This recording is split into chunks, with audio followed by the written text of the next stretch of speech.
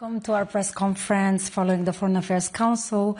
The High Representative will brief you on today's discussion with the ministers, and then we will move on to your questions. High Representative, without further ado, the floor is yours. Good afternoon, everybody.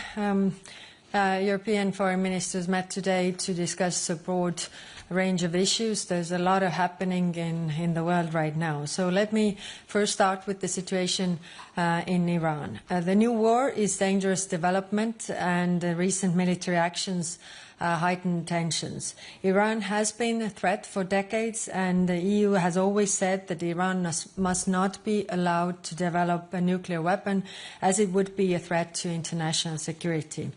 But military actions are always fraught with risks and uncertainties.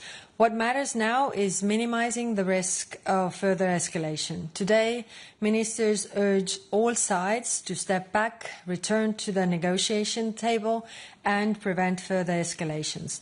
Extended war benefits no one.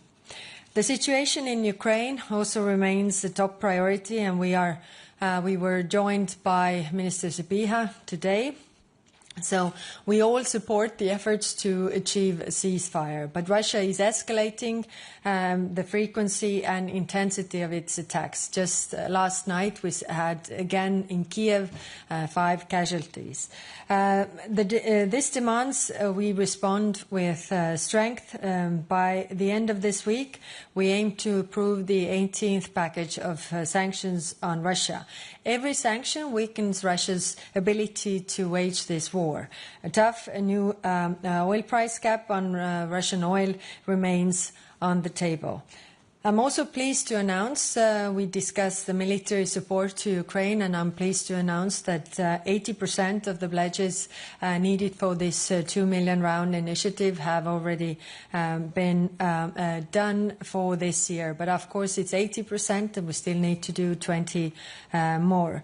We also discussed Russia's hybrid warfare against European countries. Russia's sabotage and cyber attacks are a direct threat to Europe.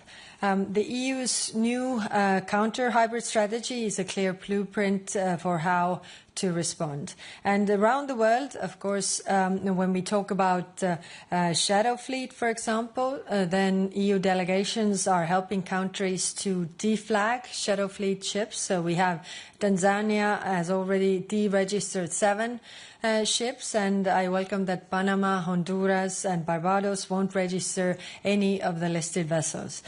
This also helps to prevent sanctions circumvention. Then we had lunch, ministers-only discussion on China. It is clear that China is one of the largest trading partners, and we have few issues like climate change where we cooperate. But every relationship requires a dose of realism. China enables Russia's war. We have the wording from NATO that China is the key enabler of Russia's war against Ukraine. It carries out cyber attacks. It interferes our democracies. It uses coercive trade practices. And these aspects strain our relationship and make it increasingly hard to continue as before. So it was important to hear the thoughts of member states and EU foreign ministers before we have the European Union and China summit next month. On Gaza, the European Union priorities are clear: a return to full ceasefire, full humanitarian access, and the release of all hostages. I stay in regular contact with Minister Saar from Israel, and in our talks I make it clear that the blockade on food and medicine does not protect Israel. Instead, it causes more suffering. Today, ministers discussed the review of Israel's compliance with the Article 2 of our association agreement, and that has been put together by legal experts. You have all seen the review as well. I will now address the results of the review with Israel. Our first goal is to change the situation on the ground and help the humanitarian aid to get in and help the people. So today was the beginning of the debate and not the end. Ministers also discussed the growing repression in Georgia, including attacks on opposition leaders and media. We stand ready to consider further restrictive measures on those who are responsible. And lastly, the European Union will take a major step forward in our relations with Canada later today, including with the new security and defence partnership. And this agreement deepens our defence ties and unlocks new cooperation venues, including on Ukraine, cyber defence, emerging technologies. And it can also open the door for Canadian companies to access EU defence industrial loans. Europe and Canada grow stronger together. We are sharing the same values. And at the time of rising tensions, this partnership is a vital step forward facing today's security challenges, and doing that together with our friends from Canada. Thank you. Thank you, High Representative. We'll start with Ksenia.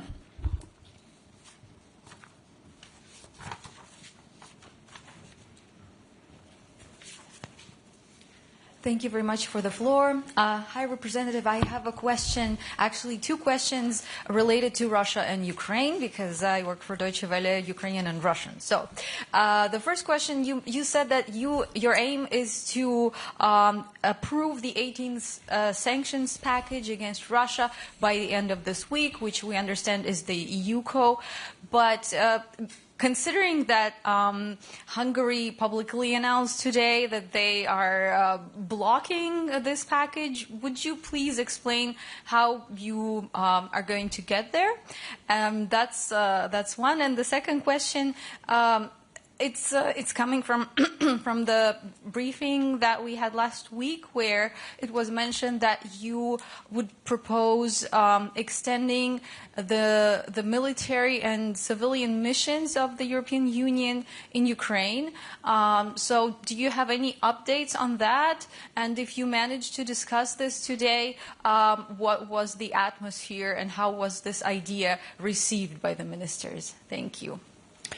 Thank you. Hungary blocking a package is nothing new. So we already know this, and we have seen this before. So we are working on this to get the package through. We propose quite strong package, but let's see what kind of compromises we have to do in order to get everybody on board. So the work is still ongoing. What comes to your other question regarding civilian and military missions, as you remember, a year ago, all European countries signed security guarantees agreement with Ukraine. So part of that security guarantees agreement is also, the missions, for example, what European Union can do. But it is clear that these security guarantees will only enter into force when there is a ceasefire or full peace, because we are talking about the time then. So, but as you know how European Union works, we need time to prepare everything. So we are already preparing these discussions and having, the start of these discussions, whether, for example, training missions, is it, wiser to move the training missions closer to Ukraine so that they can train the soldiers. And the aim is to have, strong Ukrainian army. So our contribution to that. But, the discussions are still ongoing. Mm-hmm. Thank you. Joachim.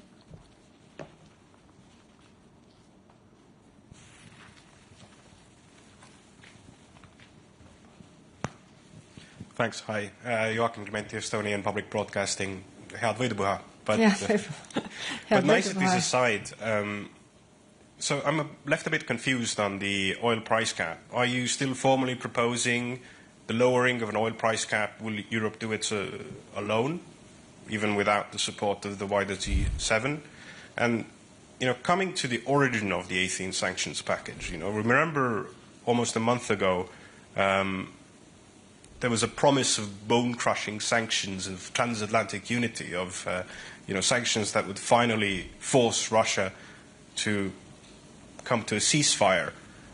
Now, with respect to the speed and the difficulties in getting this package together in time, these don't appear to be bone crushing. They've been chipped away at. So is this really all that Europe can muster in terms of sanctions? Thanks. Thank you. So for all of those who are not Estonians, we have a Victory Day today in Estonia, so that's why others have free day. But regarding your question, so, a lot has changed, which shows how interlinked our security theaters are. The war in Middle East has an influence also over the oil price. And that has created also concerns regarding, the threat to the Strait of Hormuz and all these things around. So that's why we discussed this also today, but as there was no clear mandate from G7, then some member states also have their doubts about the oil price cap, and everybody is of course worried about the situation. So, but at the same time, as we know that the oil price is raising, then it's also not good if Russia benefits actually from this war going on in the Middle East and can wage or finance its war in Ukraine. Of course, for every sanctions package, there is criticism, and for the 17th package, there was also that it's not much, but when we did it, we put, for example, the shadow fleet vessels, and I was also surprised to read that only the 17th package of sanctions reduced the oil price revenues via Baltic Sea and Black Sea in a week 30%, 30. So that's quite an impact. So that's why I think the sanctions that we put forward definitely have an effect, even if they do not seem as bone crushing, like you say, in the beginning. Mm-hmm. Thank you, Philippe.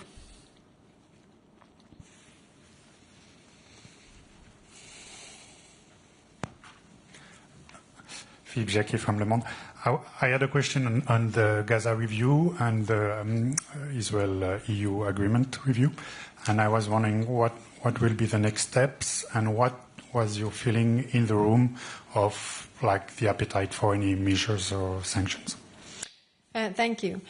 So we had a very extensive and intense discussion. Everybody agreed that we want to achieve the situation bettering on the ground, so that it's improving on the ground. People will get help, the humanitarian aid will get to people, and the situation is improved on the ground. So what are the next steps? We will contact Israel to present also our finding and look how we can improve the situation on the ground, because that is the focus of the member states, to really give the be very, very sure about the feelings that we have here. The review is very clear, and we have to improve the situation that Israel has been breaching the Article 2. It is not intended to punish Israel, but to trigger concrete improvements for the people and the lives of people in Gaza. So that is what we are trying to do now.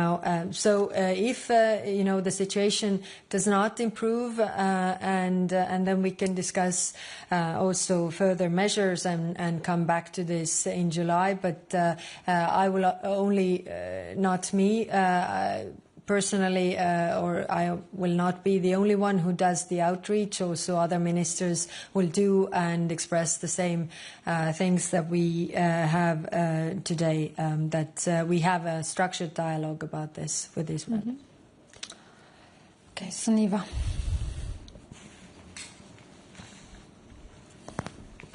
Hi, I'm Sunniva Rose from The National. I had a question on Iran.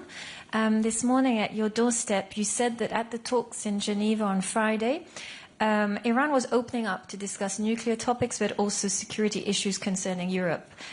Are you able to maybe tell us more about what the concessions were that Iran was ready to make when you met with the foreign minister on Friday? And second, a lot of European leaders today, and also yourself, have insisted diplomacy is the only way forward. Can we hope or can we expect another round of talks like those on Friday anytime soon? Thank you. Thank you. No, I didn't speak about concessions, but I spoke about, the issues that we raised, broader security issues, of course, the nuclear program, everybody's concerned, but also, cyber and hybrid attacks that Iran is conducting against European countries, also the detention of European citizens, also their support to Russia and their ballistic missile program. So we raised these issues, and Iran was saying that they are willing to talk about these issues. Today also there was a broad consensus among the European countries that we need to continue these discussions because diplomacy is the way to settle these things for long term, and to have an agreement with Iran to not to have a nuclear weapon and the other concerns that we also have. So yes, we will definitely stay in touch. The communication channels are opened. Thank you. Jennifer, you're next.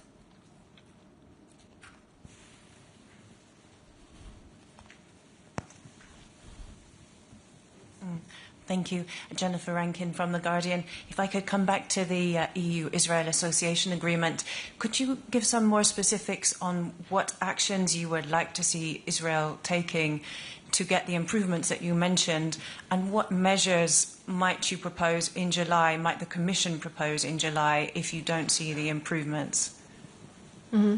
Thank you.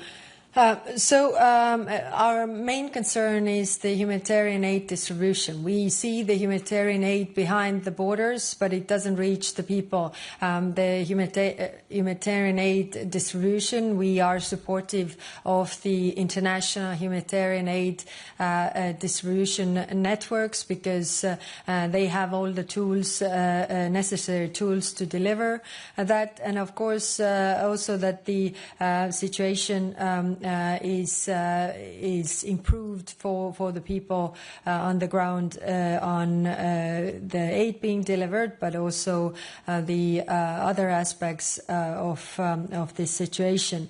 So this is the main thing. And when it comes to measures, then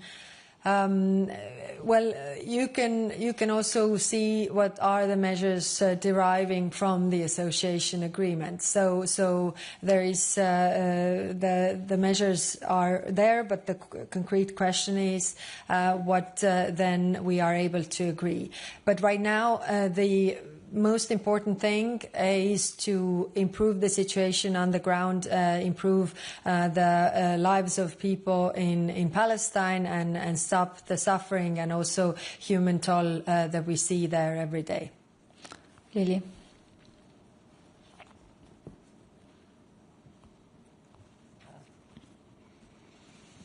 Thank you very much, High Representative. Just to return to the topic of Iran, I was wondering if you could share what kind of communication you've been having with the U.S. administration about your concerns, because, we've heard you speaking a lot over the past 48 hours about de-escalation, but are you saying this directly to the Americans? Do you feel like they're listening to your concerns? And what kind of leverage do you feel the EU has in this situation? Thank you. Yes. Thank you. We are, of course, not only talking to United States, but also all the regional actors, and everybody is concerned of the same thing, which is the spillover effect that it has, security situation of the Middle East in a broader respect. Also, the question of retaliation and what kind of retaliation there is. We are sending clear messages also to Iran that it's not not benefiting anybody, the escalation of this war. We are concerned of, the closure of the Hormuz Strait because it has a huge impact also for the broader trade in the world. So it is a global issue, and that's why these are global concerns. Mm-hmm. Thank you. Yes. Thank you. Jarno Hartikainen, Helsingin Sanomat. On Israel and Gaza, some member states were calling for a review on the trade on goods and services coming from the occupied Palestinian territories. Did you discuss this proposal with the ministers, and are you willing to conduct such a review? Thank you. Yes, this is one of the measures that could be taken when it comes to the association agreement. And when it comes to the trade from the regions of violent settlers, then it's very clear. Also, the court decision, I think it was, that said that these regions do not benefit of the trade relationship, the beneficial trade relationship that we have between Israel and European Union. Thank you. Thank you. You. Ella, and then Tamara. No, Ella. Apologies, my colleague in the front. Hi there, Ella Joyner for the Associated Press. I would just like to follow up on Lily's question, which I didn't quite hear a direct answer to, if I may, on what, in terms of you've been calling for de-escalation, but are you actively trying to push the US as well as Iran towards the negotiation table? How are you trying to do that? Thanks. Via diplomacy, of course, via different channels, also, talking to all the parties, that this escalation benefits no one. Mm-hmm. Thank you. Tamara? Tamara Nutsubidze, independent Georgian source, Euroscope. Hi, Rep. You made today morning statement about Georgia and also mentioned now, but during these few hours, 2 opposition leaders from Lelo party were arrested. So totally we today have already 5 opposition leaders in the prison. How do you estimate this situation, and can we expect some concrete steps as a reaction in the upcoming future? Thank you. Yes. Yes, we discussed this today as well. The sanctions against the people who are conducting these things, these acts, and also because it's clear if we look at the sentences for the protesters, they are extremely I don't even know what is the right word, but they are not proportional for these acts, which means that justice system seems to be part of this repression machine. So there was also discussion of putting sanctions on judges who are conducting these things. So we had this discussion today, and we are returning to this also in July. We didn't reach an agreement right now, so I hope that maybe we can have some movement there. The discussion is whether we are punishing Georgia, but our intention is not to punish Georgian people or Georgia. Our intention is to punish the people who are conducting the human rights violations, concrete people there in Georgia. Thank you all. This concludes our press conference. See you tomorrow.